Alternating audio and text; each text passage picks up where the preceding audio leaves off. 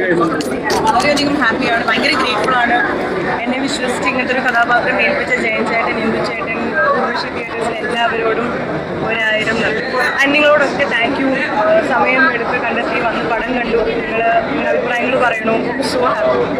രാജചേട്ടനും ചില സീനിൽ ശമിത്രൻ സാറിനെ കാണുമ്പോൾ നമുക്ക് തിലഞ്ചേട്ടൻ അവരോട് കോമ്പിനേഷൻ ഒരു ഭാഗ്യമില്ല. ഇത്രയും ഇയേഴ്സ് ഓഫ് എക്സ്പീരിയൻസ് ഉള്ള ആക്ടേഴ്സ് ആണ്. അപ്പോൾ അവർ പെർഫോം ചെയ്യുന്ന നേരിട്ട് കാണാൻ തന്നെ ഒരു എക്സ്പീരിയൻസ് ആണ്. സോ അവരിലൂടെ പെർഫോം ചെയ്യാൻ പറ്റി, സമയം ചെലവഴിക്കാൻ പറ്റി. ഇതുപോലെ ഒരു ആക്ടർക്ക് അതൊരു വലിയ കാര്യമാണ്. ചൈതന്യ എന്ന കഥാപാത്രം അവസാനം ഇപ്പോൾ ഒരു വേറെ ലെവലാണ്.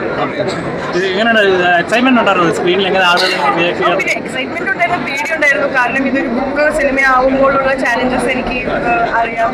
അപ്പോൾ ഐ ഹോപ്പ് റീഡേഴ്സിനെ ഡിസപ്പോയിന്റ് ചെയ്തിട്ടില്ല.